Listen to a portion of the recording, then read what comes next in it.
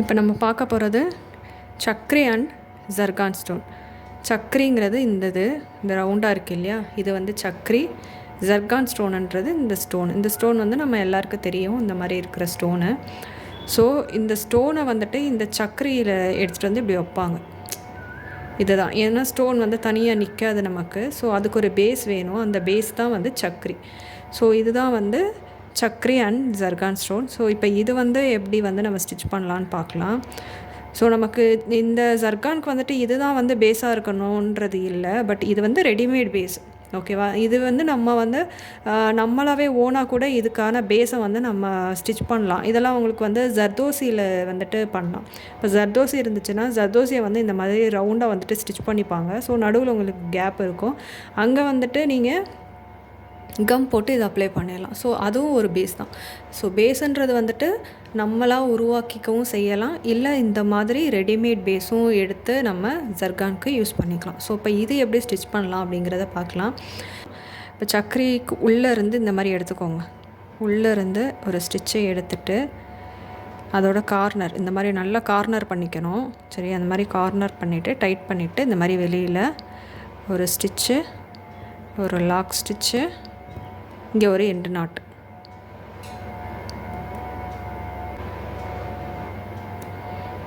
அதே மாதிரி இந்த பக்கம் இந்த பக்கம் வர்றப்போ நல்லா இதை வந்து இழுத்துக்கோங்க. இழுத்துட்டு இங்கே ஒரு ஸ்டிச்சு, இங்கே ஒரு ஸ்டிச்சு, ஒரு லாக் ஸ்டிச்சை போட்டு ஒரு எண்டு நாட்டை போட்டுருங்க.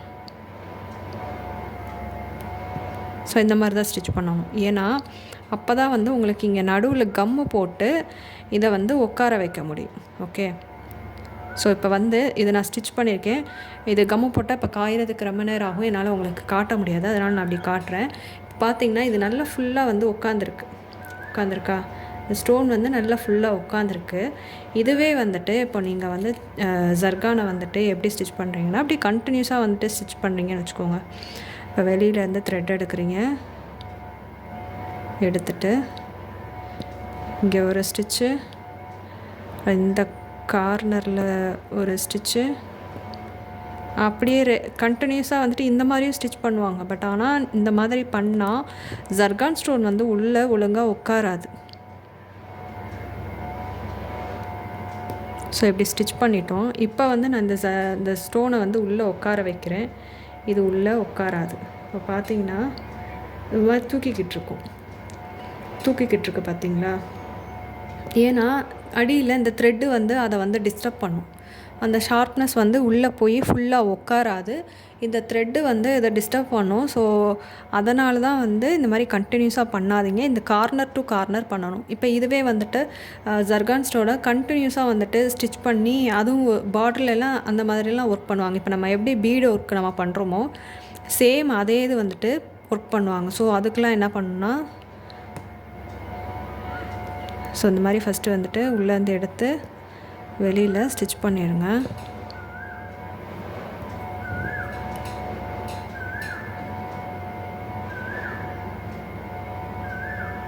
ஸ்டிச் பண்ணிவிட்டு இங்கே எப்படி வந்து இங்கே ஒரு ஸ்டிச்சு போட்டு கண்டினியூஸாக பண்ணுறப்ப இங்கே வந்து நீங்கள் எண்டு நாட்டு போடாதீங்க. அகெயின் வந்துட்டு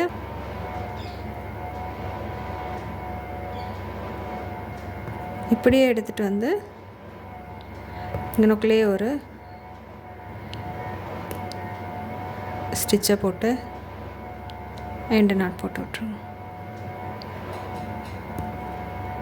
அகெயின் வந்துட்டு இந்த ஓரத்துலேருந்து இப்படி எடுத்து இப்படி ஸ்டிச் பண்ணணும்.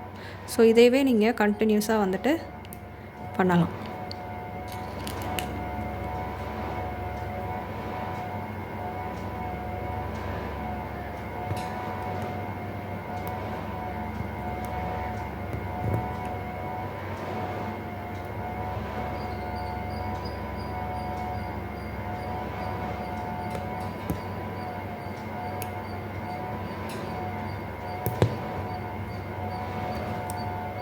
நடுவில் அந்த த்ரெட்டு வந்து டிஸ்டர்ப் பண்ணாத மாதிரி நீங்கள் எப்படி ஸ்டிச் பண்ணிக்கிட்டாலும் ஓகே.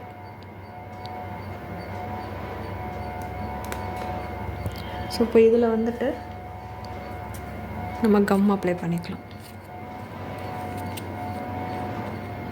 இதுதான் ஃபேப்ரிக் க்ளூ. ஸோ இந்த ஃபேப்ரிக் சாரி, இந்த ஃபேப்ரிக் க்ளூ தான் வந்துட்டு கிளாத்தில் வந்து கம் போட்டு எதனாலும் ஒட்டுறதுக்கு இதுதான் வந்து யூஸ் ஆகும். இன்னொன்று வந்துட்டு B7000 ஒரு பெரிய க்ளூலாம் இருக்குது. அது வந்து இன்ஸ்டண்ட்டாக வந்துட்டு இருக்கும். என்னென்னா இது இந்த க்ளூ வந்துட்டு நீங்கள் இதை போட்டு இதை காயறதுக்கு ரொம்ப நேரம் ஆகும். ஸோ இது வந்து காயறதுக்கு உங்களுக்கு ரொம்ப நேரம் ஆகும். அந்த அந்த நான் இன்னொன்று சொன்னேன் இல்லையா, B7000 க்ளூ வந்துட்டு சீக்கிரமாக இன்ஸ்டண்ட்டாக காஞ்சிரும். பட் அதோட ரேட்டு அதிகம். அதுவும் இல்லாமல் அது யூஸ் பண்ணுறது வந்து நம்ம கடகடன்னு ஒர்க் பண்ணுறப்போ நம்ம அதை யூஸ் பண்ணலாம். இல்லை அப்படின்னா அதர்வைஸ் நீங்கள் இந்த கம்மே யூஸ் பண்ணலாம். ஸோ இந்த கம் யூஸ் பண்ணுறப்போ இது என்ன பண்ணணும்னா, இப்போ கம் வந்து நம்ம கையில் ஒட்டிக்கும். ஸோ அதுக்கு என்ன பண்ணலான்னா, இந்த நம்ம இது யூஸ் பண்ணுறோம்ல நீடில், ஸோ இதோட பேக் சைடில் லைட்டாக இவ்வளோதான், லைட்டாக ஒரு த்ரூண்டு கம் எடுத்துகிட்டு இந்த இதை தொட்டிங்கன்னா இது இந்த மாதிரி ஒட்டிக்கும். ஸோ இப்போ வந்துட்டு அப்படியே இதில் வச்சு ப்ரெஸ் பண்ணி விட்ருங்க. நீங்கள் கை யூஸ் பண்ணிங்கன்னா கையில் வந்துட்டு கம் பட்டுக்கிட்டே இருக்கும், அது கையோடு வந்துடும். ஸோ இந்த மாதிரி யூஸ் பண்ணுங்கள்.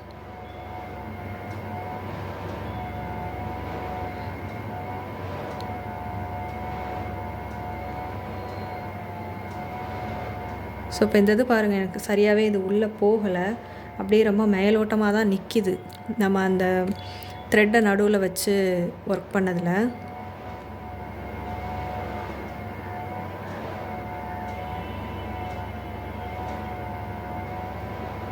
ஸோ இந்த மாதிரி வச்சுட்டு நம்ம காய விட்டுறணும்.